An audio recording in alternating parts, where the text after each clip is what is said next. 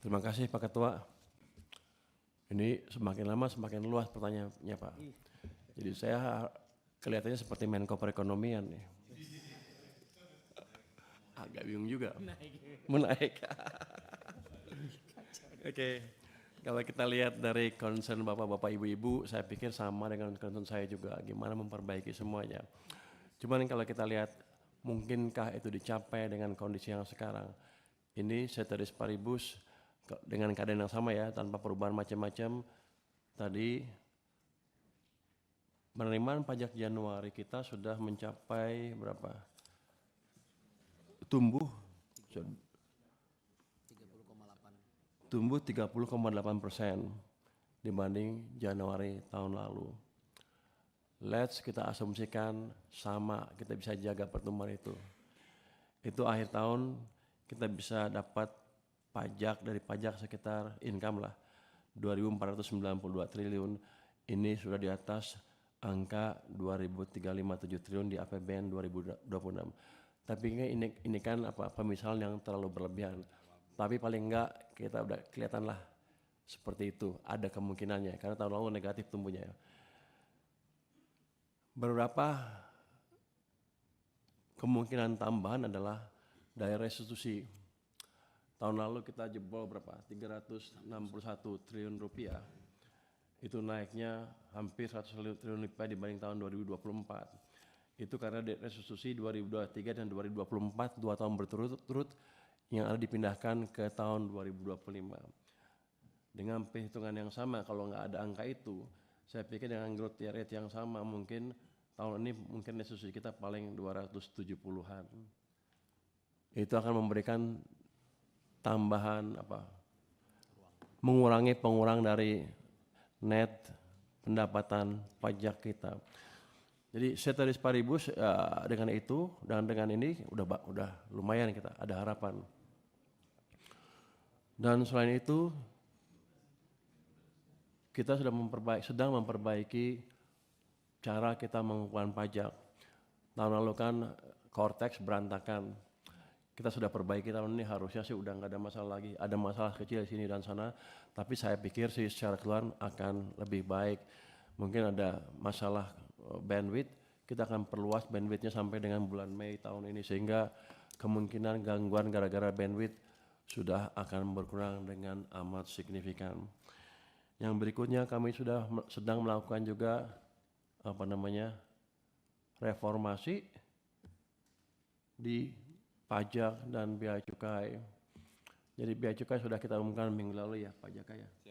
Kita ganti hampir berapa? 34 orang pejabat-pejabat Pak bea cukai di tempat-tempat sentral yang dianggap ramai, yang selama ini saya anggap kalau diberi perintah orang-orangnya tidak memfollow up dengan baik. Jadi itu merupakan shock terapi ke teman-teman bea cukai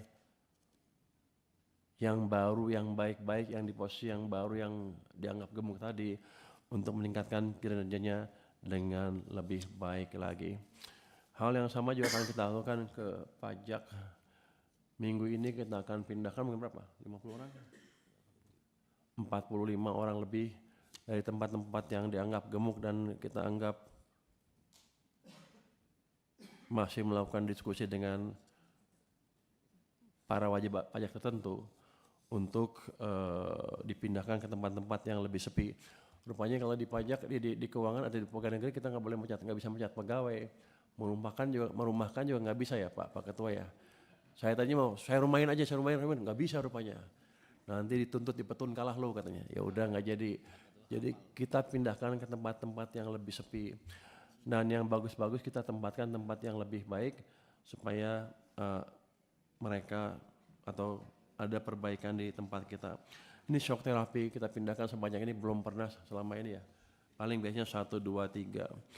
Nah, kita juga lihat mungkin hari ini ada yang di OTT oleh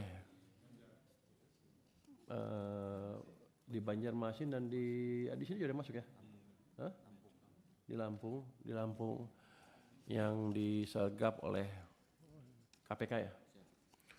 Nah, ini mungkin juga bukan shock terapi bagi pegawai kami.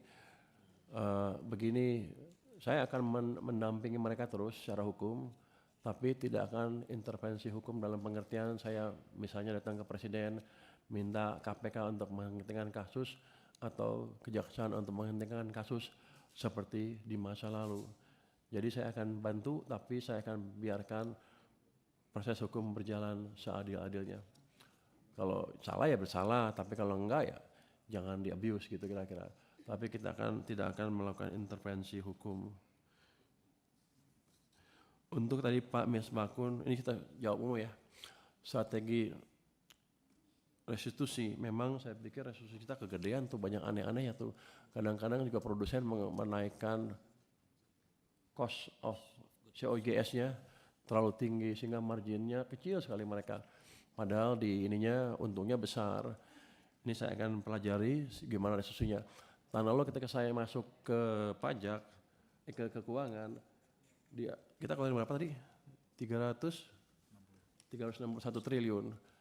Saya mau berhentiin. Oke, restitusi saya berhentiin karena kita concern dengan pendapatan dari pajak dan ekonomi yang melambat waktu itu. Hampir semua sudah keluar, tinggal 6 triliun, 7 triliun yang belum dieksekusi. Jadi saya nggak bisa menyelamatkan terlalu banyak tahun lalu dari proses restitusi. Cuman saya agak heran kenapa sekian bulan cepet-cepet banget kayaknya ngabisinnya. Jadi ada yang aneh pasti di situ. Nanti saya akan investigasi. Seiring dengan tadi masukan dari Pak Misbakun, kita akan lihat strategi restitusi yang baik seperti apa.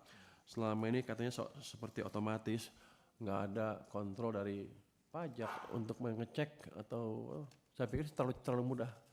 Nanti kan saya cek industri batu bara tuh kalau kita hitung PPN-nya saya malah subsidi. Makanya saya akan coba tutup dengan biaya ekspor keluar batu bara. Tadi dengan penurunan misalnya volume turun, apakah akan kurang? Belum tentu. Kalau orang di pasar tahu volume akan turun, biasanya harganya naik di sana. Untuk barang-barang yang kita mendominasi seperti CPO, harusnya kita tadi siapa yang bilang Pak Didi ya, harusnya kita bisa mengendalikan harga pasar. Tapi selama ini kalau kita punya barang mayoritas yang menguasai pasar dunia, kita selalu nggak bisa mengendalikan harga pasar karena kita bodoh atau orang kita sebagian dibayar. Seperti timah, kita produsen terbesar timah dunia, tapi yang mengendalikan harga bukan kita. Di pasar Singapura kalau nggak salah ininya marketnya. Itu agak aneh untuk saya. Sekarang sedang dibersihkan oleh Satgas PKH. Tadi juga ada masukan bahwa kenapa PNBP kita naik ya? Tapi tahun depan turun. Dan sebagian income dari PNBP itu berasal dari hasil dari Satgas PKH sekitar 20 triliun lebih. Jadi match itu kalau itu kita kurangkan dengan dividen yang diambil BUMN ya segitu kira-kira. Tapi yang saya sadari apa? Saya pikir tadi dengan mungkin mereka dengan kondisi yang lebih canggih manage income-nya, kita bisa menutup kekurangan 80 triliun karena dividen yang berpindah ke Danantara tadi. Ternyata nggak bisa.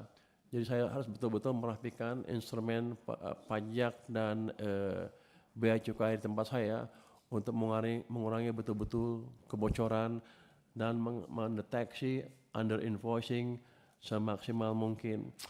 Di tempat kita Pak Misbakun ternyata orang-orang keuangan banyak yang pintar. Saya suruh mereka ada LNSW ya. Saya suruh mereka hitung, cari deh gimana sih under invoicingnya. Biasanya perusahaan tuh CPO ekspor dari tempat ke Amerika misalnya, dia lewat Singapura. Yang dilaporkan ke kita yang Singapura aja, data ke sana nggak pernah ada. Kita sekarang bisa dapat data sana dengan bantuan AI dan kita bisa deteksi 10 perusahaan besar saya periksa, rata-rata itu mereka yang dilaporkan setengah harganya dari harga yang di Amerika. Dan mereka ambil untungnya di perusahaan di tengah-tengah Singapura. Jadi pajaknya mungkin kecil di Singapura, jadi mereka taruh di situ. Jadi kita dirugikan secara signifikan. Ini sebentar lagi akan kita kejar, studinya udah clear. Hanya saya sedang hitung apakah data itu yang di Amerika itu bisa dipakai di pengadilan atau tidak. Tapi paling enggak kita punya bukti awal memang data kapal per kapal ada manipulasi yang cukup luar biasa. Artinya selama beberapa tahun kita dikebulin para pengusaha CPO maupun kalau batu bara belum kita dapat, tapi utamanya CPO nanti kita akan kejar itu. Jadi